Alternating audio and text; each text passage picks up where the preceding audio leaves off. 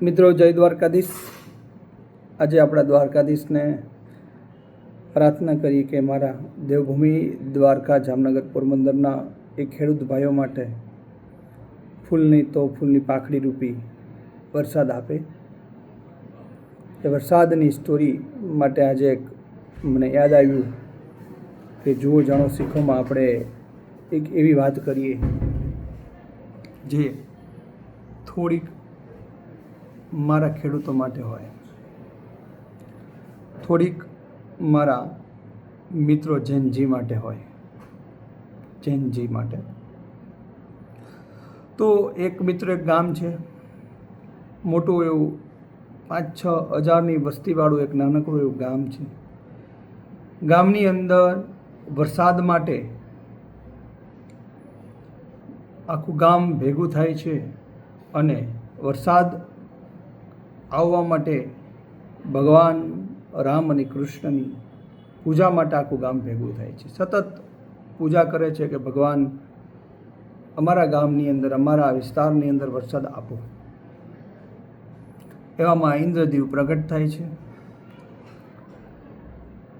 ઇન્દ્ર ગુસ્સે થતાં આવે છે કે ભાઈ, વરસાદ તો હું આપું છું, છતાંય તમે રામ અને કૃષ્ણની પૂજા શા માટે કરો છો? ગામના લોકો સહેજ ભાવે, ગામના જે સરપંચ હતા, આગેવાની હેઠળ ઇન્દ્રને જવાબ આપે છે કે પ્રભુ, આ રામ અને કૃષ્ણ અમારા ઈષ્ટદેવ છે, માટે એની પૂજાઓ અમે કરીએ છીએ. પરંતુ ઇન્દ્ર કહે છે કે તમે ખાઓ છો શેમાંથી? તો ગામના લોકો એવું કહે છે કે ભાઈ, હું ખેતી કરીને ખાઈ છીએ અને ખેતી વરસાદથી આવે છે. પણ વરસાદ કોણ આપે છે? ગામના લોકો એવું કહે છે કે વરસાદ તમે પ્રભુ ઇન્દ્ર આપે છે. તો શું કામ રામ અને કૃષ્ણની પૂજા કરો છો? ઇન્દ્રજી સતત ગુસ્સામાં આવીને ગામના લોકોને શ્રાપ આપે છે કે ભાઈ, તમારે 6-8 મહિના સુધી વરસાદ થવાનો નથી. એવો શ્રાપ આપ્યો. 6-8 મહિના સુધી વરસાદ ના થયો. ગામના લોકો ભેગા થઈને ઇન્દ્ર પાસે જાય છે કે આ ખોટું થઈ ગયું. તો ઇન્દ્રને એવું કહે છે કે હે પ્રભુ, હે ઇન્દ્રજી, તમે આવું શું કામ થાય છે? તો ઇન્દ્રજી કહે કે આના માટે તમારે મારા શ્રાપનું પાપનું પ્રાયશ્ચિત કરવા માટે તમે ભગવાન મહાદેવ પાસે જાઓ અને એને કયો ડમરું વગાડે તો વરસાદ થઈ જાય. પરંતુ ઇન્દ્રને એવું થયું કે હારું, મેં જ એને શ્રાપ આપ્યો અને પ્રાયશ્ચિત કરવા માટે પણ મેં થયું. એ ગોટાળે ચડી ગયા. ગામના લોકો બીજી બાજુ ભેગા થઈ અને મહાદેવ પાસે જવાનું નક્કી કરે છે. એક બાજુ ગામના લોકો મહાદેવ પાસે જવાની તૈયારીમાં હાલતા થાય છે, તો બીજી બાજુ ઇન્દ્ર ગામના લોકો પૂગે એ પહેલાં જ મહાદેવ પાસે પહોંચી જાય છે અને મહાદેવને કહે છે કે હે પ્રભુ, મેં આટલા સમયથી તમારી પૂજા કરું છું, તો મારે વરદાન જોઈએ છે. ભગવાન શિવ ભોળોનાથે વરદાન આપવા માટે કીધું. શું જોઈએ તો તારે બોલ? ઇન્દ્રએ કીધું છે કે મારે પ્રભુ, તમે 6 મહિના સુધી તમારું ડમરું બહાર કાઢતા નહીં અને એ ડમરું તમારે વગાડવાનું નથી.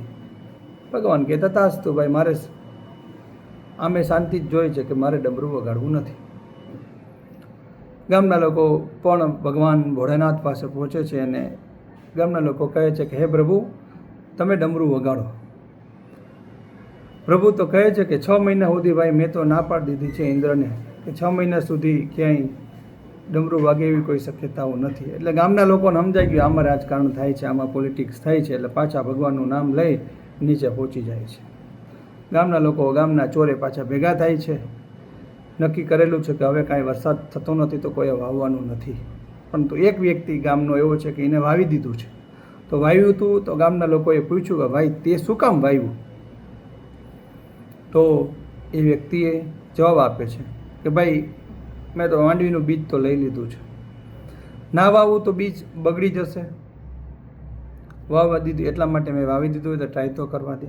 બીજી વસ્તુ કે ના વાવું તો કદાચ હું ખેતી કરતા ભૂલી જાઉં, એ પણ બને, આવું થઈ શકે. ગામના લોકો પણ અચિત થઈ ગયા અને આવું સાંભળતા કૈલાસ પર્વત ઉપર બેઠેલા પાર્વતીના મનમાં કંઈક થાય છે કે ભાઈ પૃથ્વી ઉપર રહેતો માણસ એવું વિચારી શકે તો મારા પતિ મારા ધણી ડમરું વગાડતા ભૂલી જાય તો શું કરશું? સીધા દોડતા દોડતા મહાદેવ પાસે જાય છે, મહાદેવને ઉઠાડે છે કે ભાઈ આખી સ્ટોરી કીધી કે આવું આવું થઈ ગયું. મહાદેવ બીવા લઈ ગયા કે આ ખોટું થઈ ગયું. મહાદેવના મનમાં થઈ ગયું કે આટલા દિવસ થઈ ગયા હાલને હું એ ભૂલી નથી ગયો ને ડમરું વગાડતા. તો મહાદેવ આંખું ખોલીને ડમરું વગાડ્યું. આ બાજુ વરસાદ થઈ ગયો, બીજ ઉગી ગયા. માટે જીવનની અંદર નાનામાં નાની વસ્તુ તમને ક્યાં સુધી લઈ જતું હોય એની કલ્પના આપણે હોતી નથી. અને ક્યારે પણ વાવેલું તમે કરેલી મહેનત, તમે કરેલા સંઘર્ષો ક્યારે પણ અલગ રીતે ખોટા સાબિત થતા નથી. એ સંઘર્ષ હંમેશા સફળતાના મૂળ સુધી જ લઈ જાય છે. ઘણીવાર થોડી વાર લાગતી હોય છે. માટે નાનામાં નાના કામોને ક્યારેક ખરાબ ના ગણવા. આ નાના કામો ક્યારેક આપણા મોટા માટે બહુ જ ઉપયોગી બને. માટે દરેક વિદ્યાર્થીઓ સતત મહેનત કરી અને પોતાની સફળતા સુધી પહોંચે. આજની સ્ટોરીમાં આટલું, પરંતુ આપણે પણ દ્વારકાધીશને પ્રાર્થના કરીએ મિત્રો કે અમારા વિસ્તારની અંદર ઝડપથી વરસાદ આપે અને અમારા ખેડૂત મિત્રોને જે દુઃખનું દર્દ છે આજ હૃદયની અંદર એ દૂર કરે એવી ભગવાન દ્વારકાધીશને પ્રાર્થના. જય દ્વારકાધીશ.